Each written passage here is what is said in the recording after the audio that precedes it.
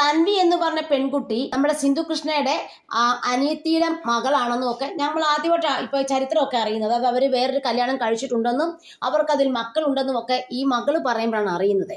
ആ തൻവി എന്ന് പറഞ്ഞ ആ മകൾ തൻ്റെ സ്വന്തം അമ്മയെക്കുറിച്ച് പറയുന്നത് എന്താണ്? തന്നെ പട്ടിയെ പോലെയാണ് ഈ അമ്മ നോക്കിയതെന്നും അതുപോലെ തന്നെ ബാംഗ്ലൂരിൽ പോയ സമയത്തെ തൻവിയോട് പറഞ്ഞത് എന്താണ്, എൻ്റെ ചേച്ചിയുടെ മകളാണെന്ന് നീ പറയണം എന്നൊക്കെ. ഇതൊക്കെ ഒരു അമ്മയുടെ വായിൽ നിന്ന് വരുന്ന വാക്കുകളാണോ? അപ്പൊ ഇതിൽ നമ്മൾ മനസ്സിലാക്കാൻ പറ്റുന്നത് സിന്ധു കൃഷ്ണയും സിന്ധു കൃഷ്ണയുടെ അനിയത്തിയും എല്ലാവരും എന്താ പറയുക, ഒരു പ്രത്യേക മാനസികാവസ്ഥയുള്ളവരാണെന്നാണ് അർത്ഥം. അവർക്ക് അവരുടേതായ സുഖങ്ങൾ തേടി പോകണം. അല്ലെങ്കിൽ പിന്നെ എന്തുകൊണ്ടാണ് തൻവിയുടെ അമ്മ അവരുടെ സ്വന്തം മകളായ തൻവിയനെ ഈ വല്യമ്മേനെ നോക്കാൻ ഏൽപ്പിക്കുന്നത്? ഇതിലും പ്രശ്നങ്ങൾക്ക് നടുവിൽ ജീവിക്കുന്ന എത്രയോ സ്ത്രീകൾ നമ്മുടെ സമൂഹത്തിലുണ്ട്. അവരൊക്കെ സ്വന്തം കുഞ്ഞുങ്ങളെ ചേർത്ത് പിടിച്ചാണ്, അഥവാ വേറൊരു വിവാഹം കഴിച്ചാൽ തന്നെ അവർ ചേർത്ത് പിടിച്ച് കുഞ്ഞുങ്ങളെ ഫസ്റ്റ് പ്രിഫറൻസ് കൊടുത്താണ് അവർ മുന്നോട്ട് പോകുന്നത്.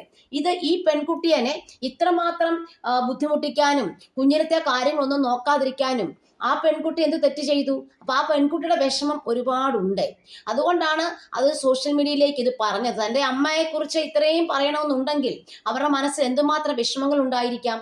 ഇപ്പൊ അഹാന കൃഷ്ണ എന്നൊക്കെ പറഞ്ഞു കഴിഞ്ഞാല് അവര് നാട്ടിലെ സ്വന്തം അമ്മയുടെ കൂടെ ജീവിക്കുകയും അതുപോലത്തെ ചുറ്റുപാടിൽ വളരുന്നവരുമാണ്. അതോടൊപ്പം തന്നെ ഈ തൻവി എന്ന് പറഞ്ഞ പെൺകുട്ടി എന്ന് പറഞ്ഞാൽ അവരെ വളർത്തിയതാണ് ഈ അമ്മൂമ്മയാണെന്നോ, ഈ അമ്മൂമ്മയായതുകൊണ്ട് അവൾക്ക് അമ്മൂമ്മയോട് അതിൻ്റെതായ സ്നേഹവും കടപ്പാടും ഒക്കെ ഉണ്ട്.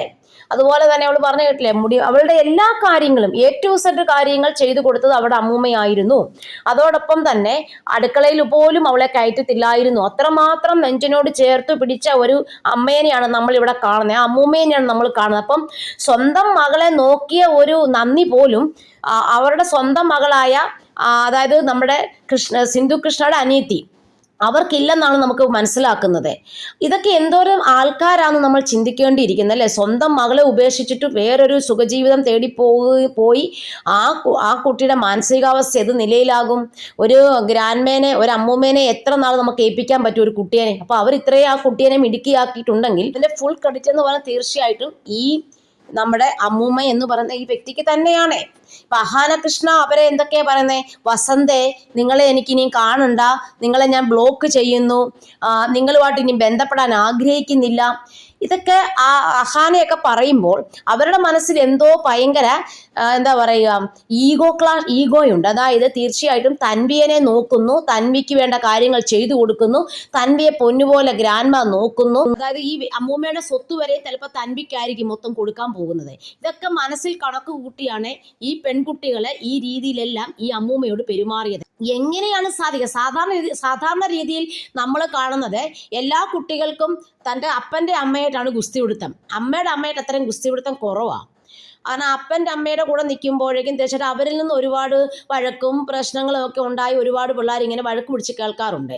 പക്ഷെ ഇതിപ്പോൾ അമ്മയുടെ അമ്മയായിട്ടുള്ള പ്രശ്നമാണ്. അപ്പം തീർച്ചയായിട്ടും അവിടെയൊക്കെ ഉള്ളത് ഈ OCDയോ ഇത് ഇങ്ങനത്തെ ചെറിയ ചെറിയ പ്രശ്നങ്ങളൊന്നും അല്ല. ആ വീട്ടിലൊക്കെ ആ കുടുംബത്തിനകത്ത് മൊത്തം സംഭവിച്ചേക്കുന്നത് ഇതാണ്, സ്വത്തിനുള്ള പിടിമ്പലിയാണ്.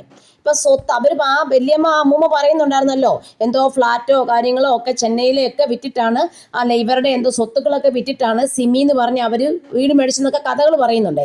അപ്പൊ അതും കൊടുത്തു, പിന്നെ ഈ കൊച്ചിന് വീടും ഒക്കെ കൊടുക്കുമ്പോൾ അതൊന്നും ഇവർക്ക് സഹിക്കുന്നില്ല. ശരിക്കും പറഞ്ഞാൽ ഇവരെയൊക്കെ എത്ര നന്നായിട്ടായിരിക്കും ഈ അപ്പനും അമ്മയൊക്കെ നോക്കി ഈ ലെവലിലേക്ക് ഈ സിന്ധു കൃഷ്ണയൊക്കെ വളർത്തി വിട്ടത് കൊണ്ടല്ലേ ഇത് സിന്ധു കൃഷ്ണയൊക്കെ ഈ രീതിയിൽ ജീവിക്കുന്നത് അല്ലേ? നമുക്കറിയാം അവരൊക്കെ വളർന്നു വന്ന സാഹചര്യം. വലിയ ഊട്ടിയിലെ സ്കൂളിലാണ് പഠിച്ചെന്ന് പറയുന്നു, ഇംഗ്ലീഷ് മീഡിയം സ്കൂളുകളിൽ പഠിപ്പിക്കുന്നു, പൈസ മുടക്കി പഠിപ്പിക്കുന്നു. അപ്പോൾ തീർച്ചയായിട്ടും ഒരു കടപ്പാട് ഈ അമ്മയോട് ഈ മക്കൾക്കുണ്ട്. ഈ അമ്മയുടെ 2 പെൺമക്കളും കണക്കാ. പിന്നെയും കുറച്ച് നന്മയുള്ളത് തൻവിക്ക് മാത്രമാണെന്നേ എനിക്ക് പറയാനുള്ളൂ.